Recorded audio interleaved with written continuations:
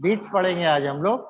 And last time I had given you standing waves in string and organ pipe. So एक organ pipe में ठीक कर लेना. In organ pipes, in closed organ pipes, when n equal to 2, तो हमने लिखा था, हमारा 3u1 आया था, आपको याद होगा. तो 3u1 को हमने लिखा था first overtone and second harmonic. तो वो सेकंड नहीं, थर्ड हार्मोनिक है. जब फ्रीक्वेंसी 3 टाइम्स आई है तो थर्ड हार्मोनिक है, और उसके नेक्स्ट में फ्रीक्वेंसी 5 टाइम्स आई थी, वो फिफ्थ हार्मोनिक है. ये ठीक कर लेना उसमें. Okay, so today we are discussing beats. अरे यार तुम लोग क्या मत करो यार, इनको पढ़ाना है, समझा करो. 20 मिनट चुप हो जाओ बिल्कुल. Manveer,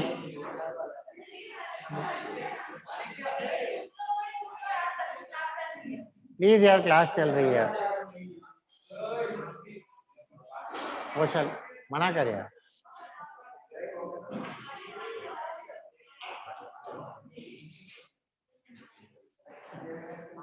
Okay, so what are beats? First of all, beats you know very well. Beats actually, when two waves having slightly different frequencies, they are propagating in a medium in the same direction, then due to superposition principle there is alternate variation in the intensity of sound. Alternate variation यानी maximum minimum and that is known as beats. Beats आप बहुत अच्छी तरह भी जानते हो, जब आप डांस करते हो, जैसे बहुत आता है ना, ढक ढक ढक ढक ढक ढक, तो ये बीट्स है. देखो, ढक फिर जीरो, ढक फिर जीरो, ढक फिर जीरो. ये डांस आप करते हो, भंगड़ा ही करते हो, टू टोक टोक ता ता ता ता ता ता ता ता ता, तो आवाज आती है फिर कम हो जाती है, आती है और फिर कम हो जाती है. That alternate variation is known as beats. तो पहले बीट्स लिख लो आप, क्या होता है.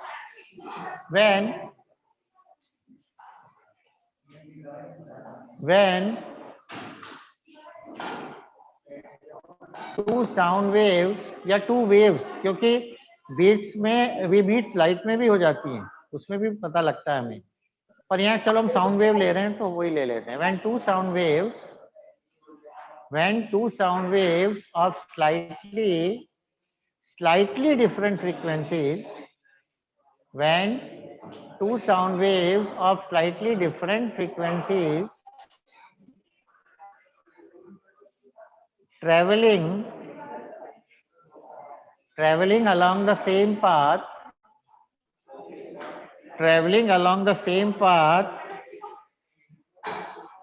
in the same direction in a medium, traveling along the same path in the same direction in a medium, then due to superposition principle,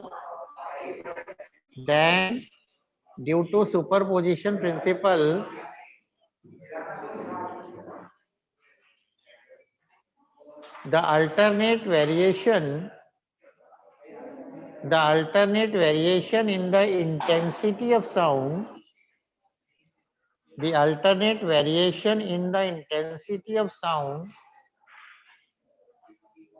is known as beats.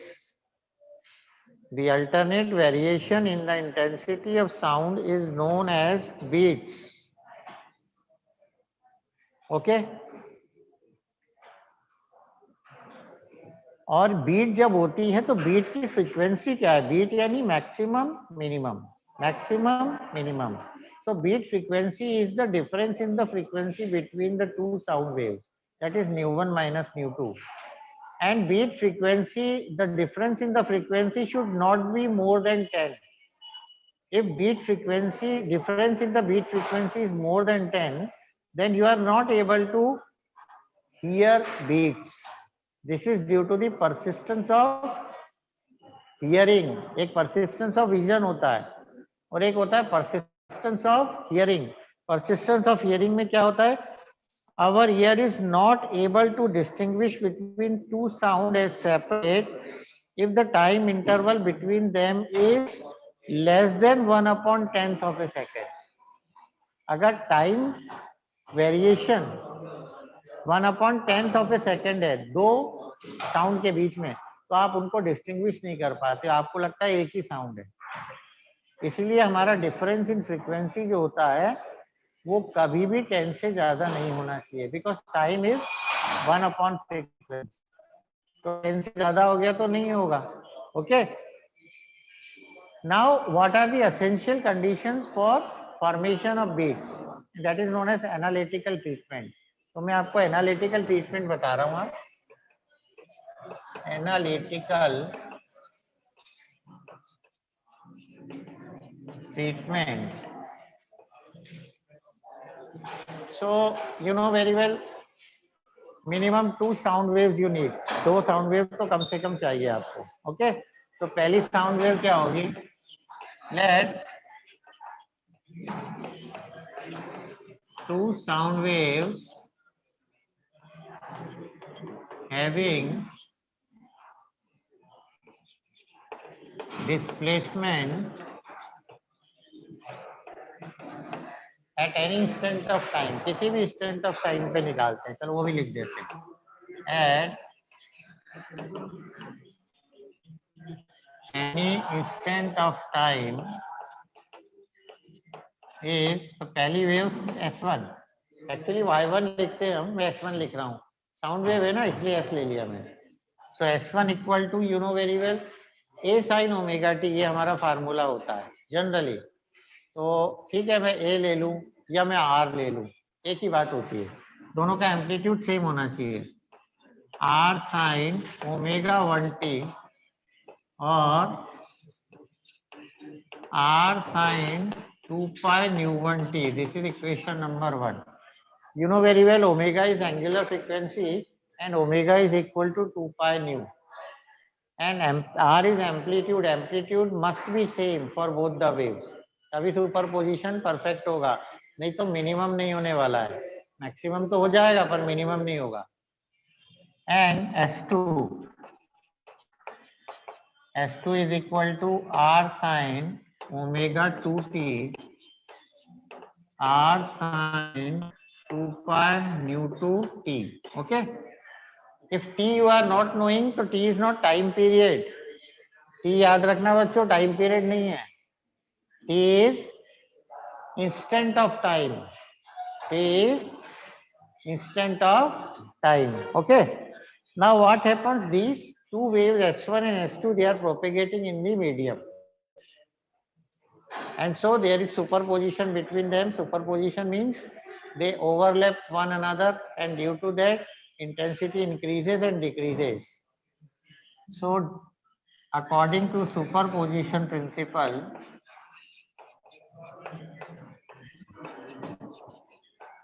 according to superposition principle, the equation of, इन दोनों से मिलकर एक नई wave बनेगी, और जो नई wave होगी वो S होगी। The equation of resultant wave is S equal to S1 plus S2, दोनों ऐड हो जाएंगी, दोनों की वैल्यू रखता हूं, क्या है, R sin 2 pi nu 1t R sin 2 pi nu 2t, correct. कुछ कॉमन आ रहा है, R कॉमन आ रहा है, क्या कॉमन आ रहा है, R। इसका फोटो ले लो एक बार जरा।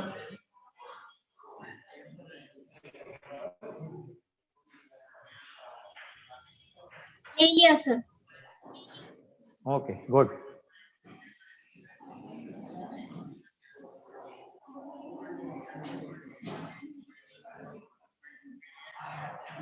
ये देखिए, अब R कॉमन निकाल लेता हूं, और अंदर क्या बचा, sin 2 pi nu 1t plus sin 2 pi nu 2t. Okay, and you all are mathematics, just like 12th class mathematics genius. So you know very well this is a formula of sin C plus sin D. इसको sin C बोलते हैं, क्या हो गया D. मैं formula लिखता हूं. We know sin C plus sin D equal to twice cos C minus D by 2 sin C plus D by 2. ये फार्मूला है बच्चों, दिख रहा है ना आपको? Okay, so I am applying this formula. Here C you know very well, this is, and D is this. So S equal to R 2 cos C minus D. देखो C कौन सा है, ये और ये D है. तो 2 पाई कॉमन निकाल लेता हूँ. 2 pi ν1 minus ν2 into T upon 2 into sine 2 pi ν1 plus ν2 into T upon 2. 2 2 2 2 2 2. Correct. So S equal to 2R cos pi ν1 minus ν2 into T into sin ν1 plus ν2 pi भी है T. करेक्ट. ये equation आ रही है यार. ठीक है बच्चों. Yes, sir. But you know very well in S1 and S2 there is only sin function और यहाँ cos भी आ गया. तो ये उनकी रिजल्टेंट इक्वेशन नहीं लग रही. This is not the resultant equation of the same harmonic equation या of the same type of S1 and S2. तो हमें इस इक्वेशन को S1 S2 जैसा बनाना पड़ेगा. तो हम क्या करेंगे कि अगर आप यहाँ देखो तो 2 is constant, R is constant और ये cos पाई ν1 माइनस ν2 इंटू T. सर यहाँ पे R क्या है? R इज एम्पलीट्यूड है बेटा. R क्या है? एम्पलीट्यूड. एम्पलीट्यूड यानी मैक्सिमम डिस्प्लेसमेंट कहते हैं इसको. क्या कहते हैं इसको? Maximum maximum displacement. डिस्प्लेसमेंट. हाँ.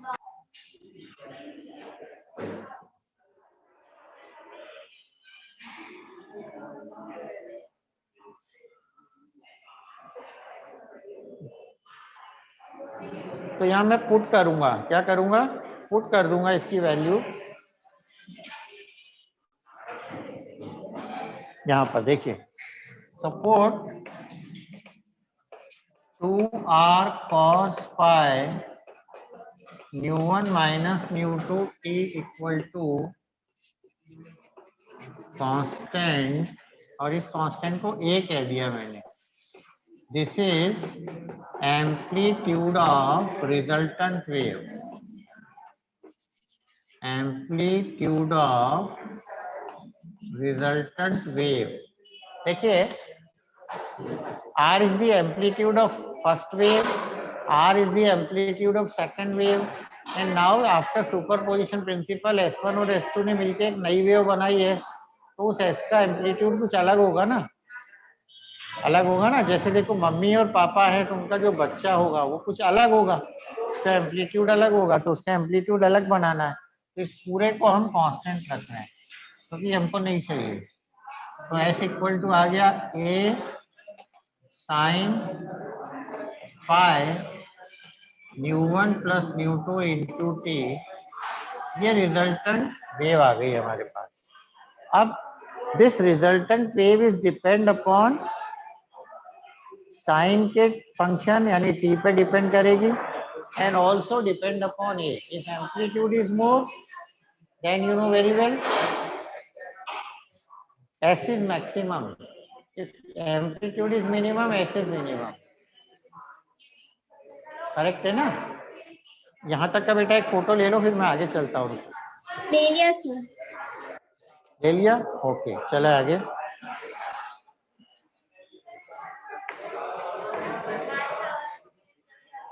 बाय.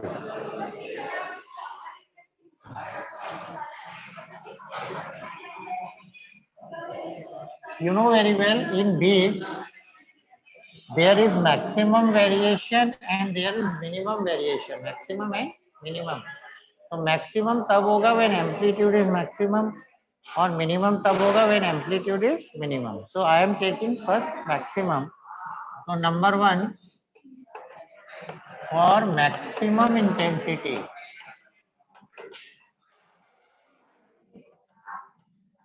तो मैक्सिमम इंटेंसिटी के लिए ए क्या होना चाहिए, +-1, +-1 यानी इन पॉजिटिव डायरेक्शन और इन नेगेटिव डायरेक्शन। तो ए की वैल्यू रखता हूं मैं। क्या था ये मेरे पास, देखिए ये 2r cos phi 𝜇1 minus 𝜇2 t equal to +-1। अब 2 तो कांस्टेंट है और r भी कांस्टेंट है, इनसे तो कोई फर्क पड़ने वाला नहीं। और cos phi 𝜇1 minus 𝜇2 t is equal to +-1 and +-1 is cos n phi होता है, आपको पता होगा। That is integral multiple of phi where n is equal to 0, 1, 2 dot dot dot. ठीक है, तो देखिए यहाँ से cos भी गया और पाई भी कैंसिल हो गया, तो क्या बच गया, 𝜇1 minus 𝜇2 into T equal to n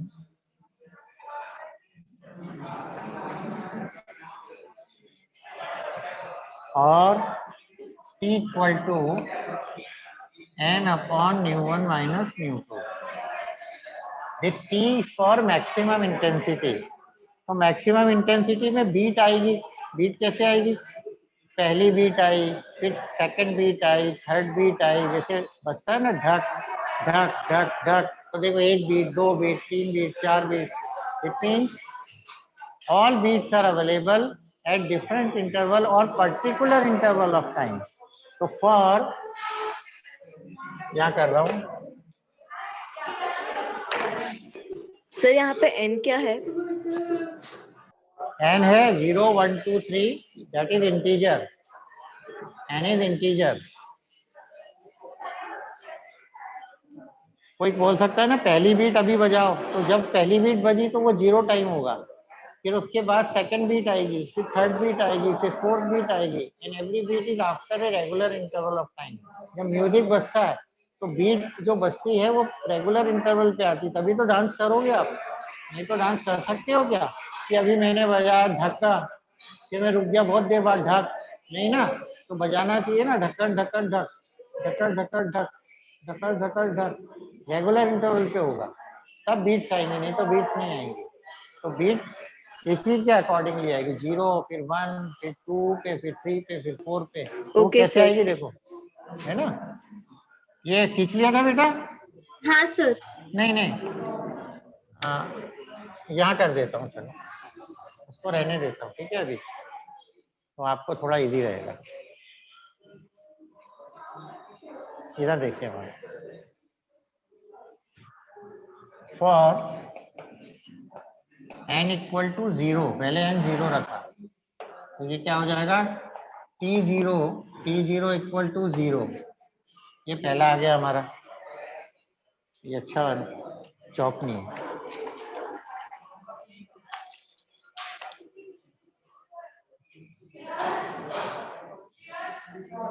Now for n equal to 1, t1 equal to 1 upon 𝜇1 minus 𝜇2, for n equal to 2, t2 equal to 2 upon 𝜇1 minus 𝜇2, और ऐसे आगे चलता जाएगा। Therefore, difference in time interval, यानी टाइम इंटरवल कितना है 2 beat के बीच का, तो हम इन दोनों को माइनस कर देंगे। Therefore, time interval between 2 successive beats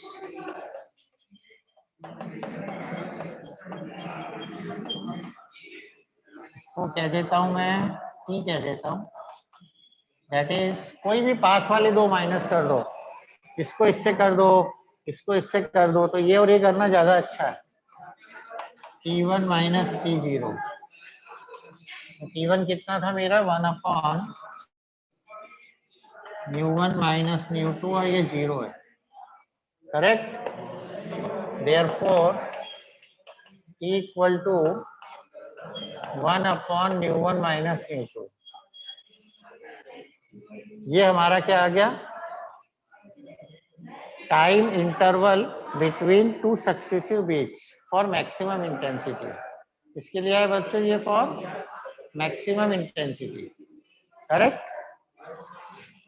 ये फोटो ले ले और कोई डाउट हो तो पूछ ले एक बार बच्चों।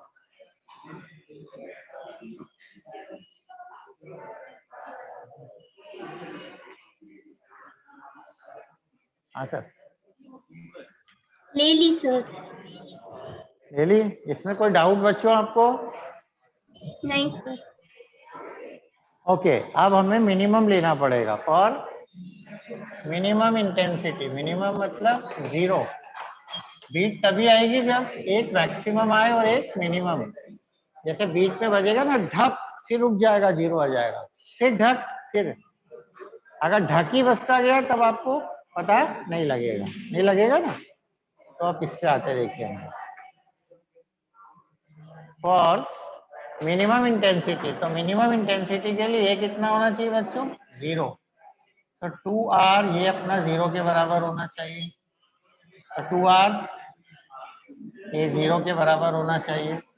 एंड 0 तब आता है cos 2n + 1 π/2, यानी μ1 minus μ2 into T is equal to 2n + 1/2। तो टी इक्वल टू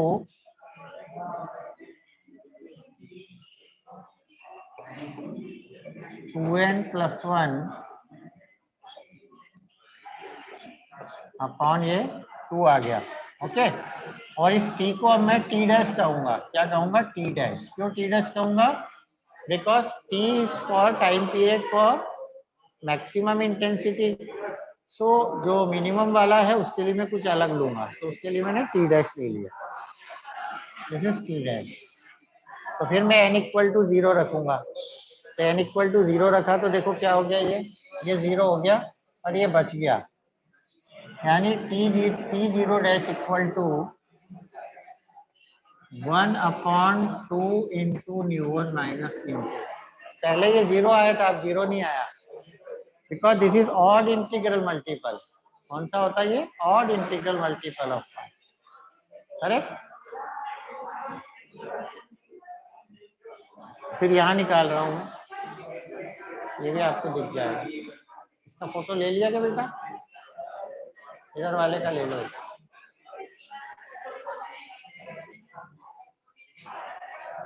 हाँ सर। अब n इक्वल टू 1 रखूंगा मैं। कितना रखूंगा? n equal to 1। So for n equal to 1 इसमें रख रहा हूँ, है ना, t1 डैश। तो n इक्वल टू 1 यानी 2 2 जा 1 3/2 आ जाएगा।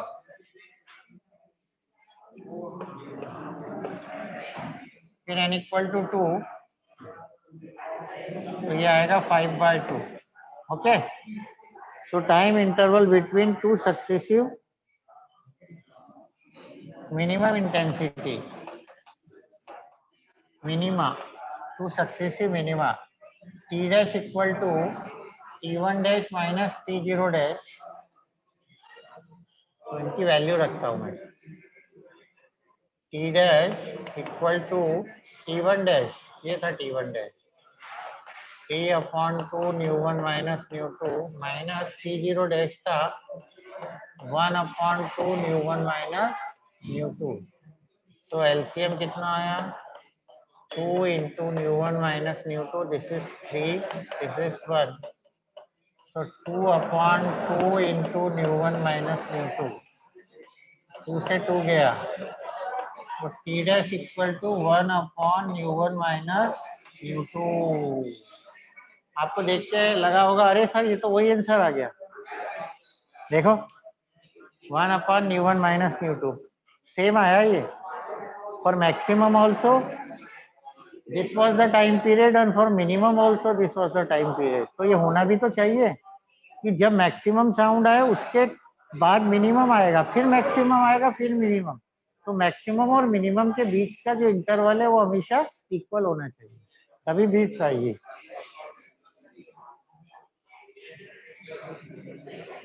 सर अभी आपने क्या बोला, एक बार फिर से रिपीट कर दीजिए। हाँ मैं लिख रहा हूँ बेटा, मैं लिख रहा हूँ, वही चीज लिखूंगा।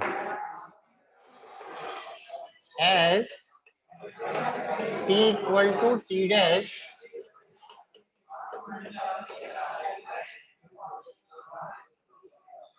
that is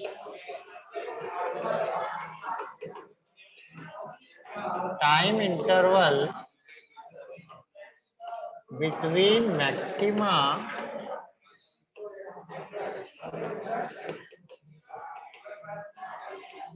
and minima is same। दोनों का सेम आ रहा है, सेम आया ना, therefore इसको t कह देते हैं। t is 1 upon ν1 minus ν2 और ν1 minus ν2 equal to 1 upon t and 1 upon t you know very well ν। So ν is equal to ν1 minus ν2, यानी difference in frequency, and this is equal to number of beats, number of beats. तो आपको कितनी beat सुनाई देंगी, that depend upon the frequency difference between the two source. जैसे first source की frequency 250 hertz है और सेकंड की 248 हर्ट्ज है, तो दोनों का माइनस करा कितना आया 2। तो आपको कितनी बीट सुनाई देंगी, 2 बीट। कितनी बीट आएंगी बच्चों, 2 बीट सुनाई देंगे, 2 बीट्स। दिख नहीं रहा है ना, फिर से दिखा रहा हूं, फिर से बता रहा हूँ, मिनट, वो देखिए लेफ्ट साइड वाले की फोटो लेंगे। 1 मिनट, ठीक है।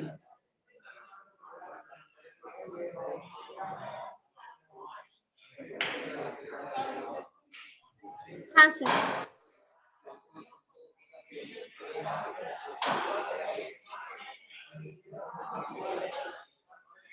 तो देखिए, the time period for maxima and time period of minima both are equal to 1 upon ν1 minus ν2. That is time interval between maxima and minima is same. So time interval equal to 1 upon ν1 minus ν2. तो मैं t को यहाँ ले गया और इसको यहाँ ले आया, तो ν1 minus ν2 equal to 1 upon t and 1 upon t, that is frequency. Frequency is reciprocal of time. So ν यानी ये बीट फ्रीक्वेंसी है, क्या है ये, beat frequency. Beat frequency ν equal to ν1 minus ν2. So this ν is equal to number of beats. It tells us about how many beats you are getting, कितनी beat आपको मिलने वाली है। जैसे एक सोर्स की फ्रीक्वेंसी 100 हर्ट्ज है और दूसरे की फ्रीक्वेंसी है 95 हर्ट्ज, तो कितनी है, कितनी बीट सुनाई देंगी आपको,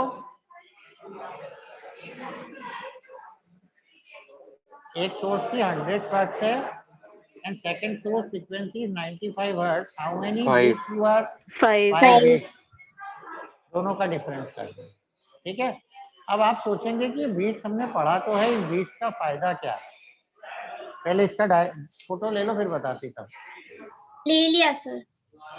ले लिया, ओके। कोई डाउट तो नहीं है इसमें किसी को, नहीं सर। No, okay. और मैं आपको एप्लीकेशन